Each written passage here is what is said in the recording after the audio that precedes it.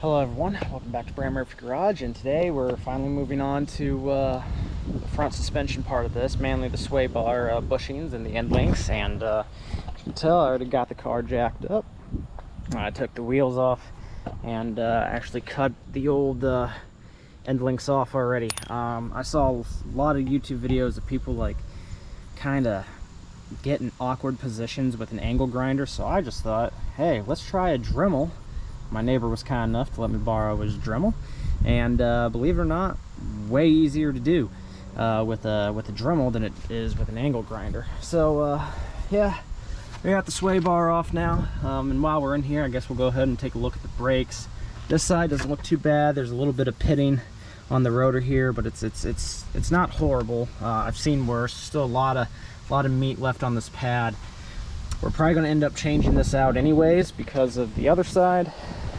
Come over here to the driver's side, and we still got quite a bit of meat left on the pads in here, but something got behind this pad and really wore down this part of the rotor right here. So other than that, like if that wasn't there, I'd probably rock these brakes for a little while longer, but this is probably going to be what we're going to be doing here eventually, is getting these brakes swapped out. I do have drums on the back, so I'll get a drum repair kit, and then I'll get new rotors and pads for up here.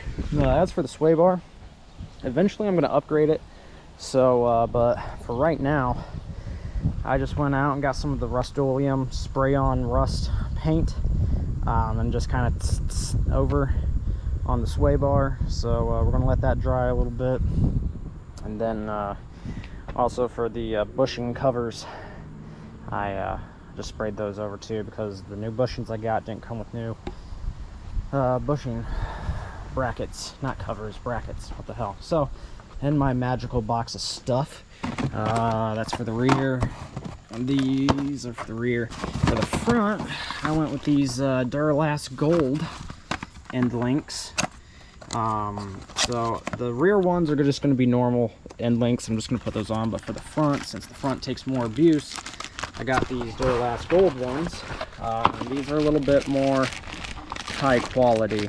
These are also greasable too, which it's going to be, they don't have a, I don't think they have a, no, it doesn't look like they have the, what the hell is it, the plug, the grease plug in here.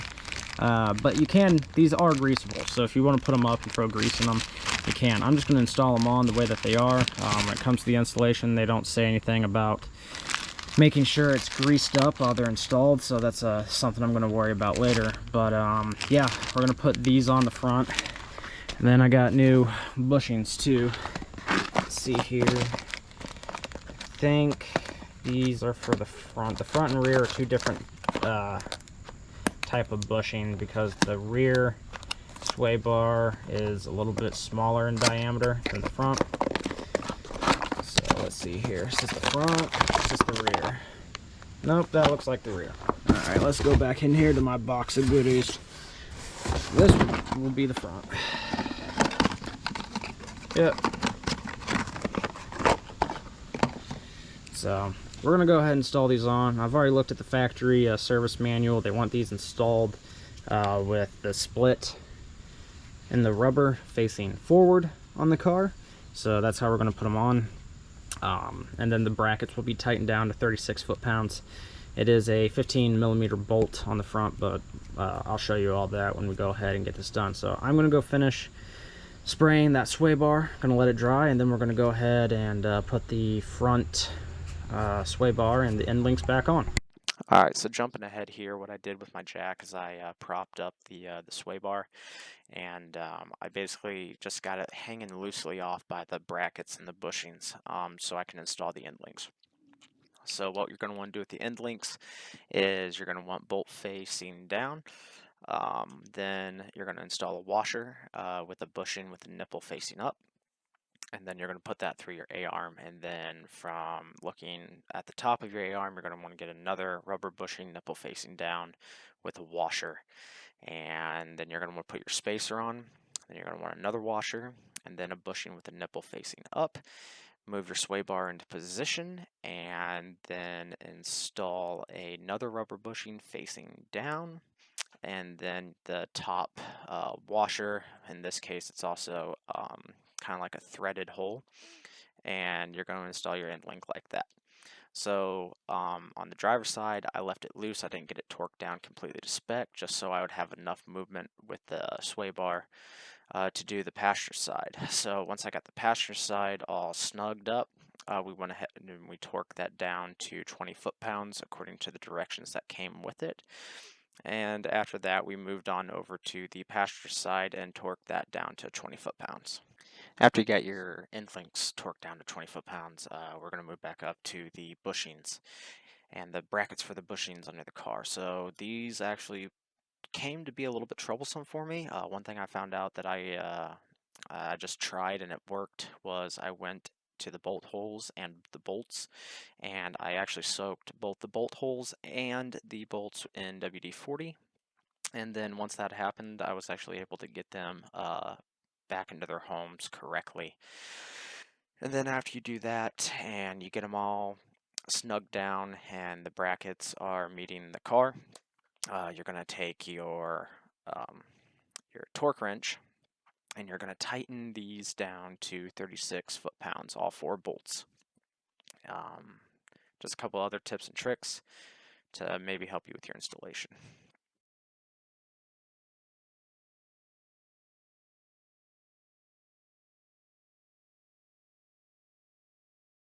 Alright, so this is the finished product. Here's our old sway bar that I crappily painted up. New sway bar end links that are in there. Torque spec on these again are 20 foot-pounds. For the sway bar bushings that we just installed, the torque spec on those are going to be 36 foot-pounds. Alright, and then after that, one thing left we got to do is go ahead and throw the wheels and tires back on, pull it down off of the old jack stands, and she's good to go. So I actually have to go pick up my kid from daycare, so I'm actually going to wrap this up real quick, and then when I get back home, maybe we'll go for a quick drive. Alright, be back in a second. So it's next morning. By the time I came back home from picking my kid up yesterday, it was pouring down rain. So we're gonna go for a little ride this morning and see how it drives. It's not gonna be too big, just gonna be around the neighborhood. So this thing used to rattle a lot when we drove it home from when we went to go pick it up. It was extremely rattly. So I'm hoping most of that's gone now. We still have to do the rear sway bar, but hopefully all that rattle from the washers in the sway bar is gone now. So let's see.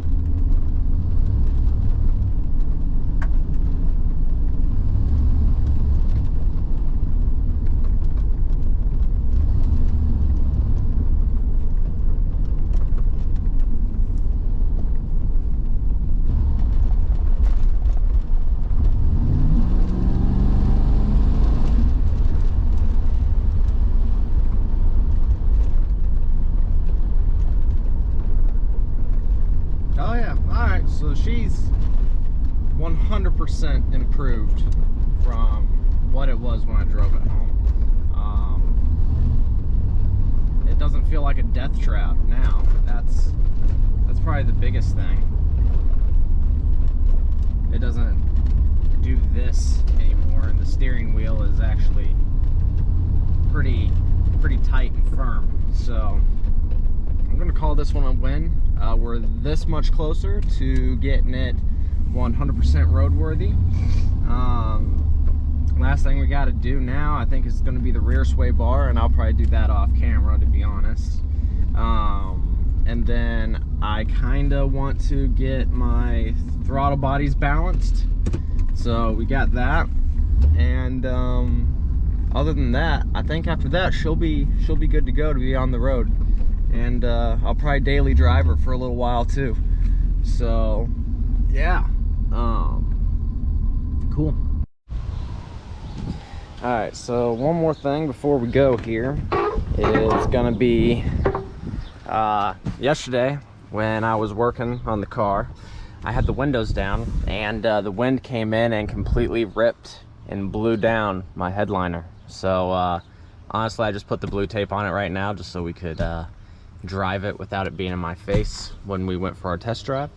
But I'm probably gonna have to just rip it out and get a new headliner now. So it's kind of sad. I was hoping it would stay up for at least a while, but it's pretty much done. So yeah, anyways, thank you all for watching. If you like this video, go ahead and get a little bit of grease on that. Wow. If you would like this video, go ahead and give me a thumbs up. If you haven't done so yet, why don't you go ahead and hit that subscribe button and turn on the notification bell, so anytime a new video drops, you'll be one of the first people to know about it. And other than that, yeah, I think that's pretty much it. We'll see y'all in the next one. Bye.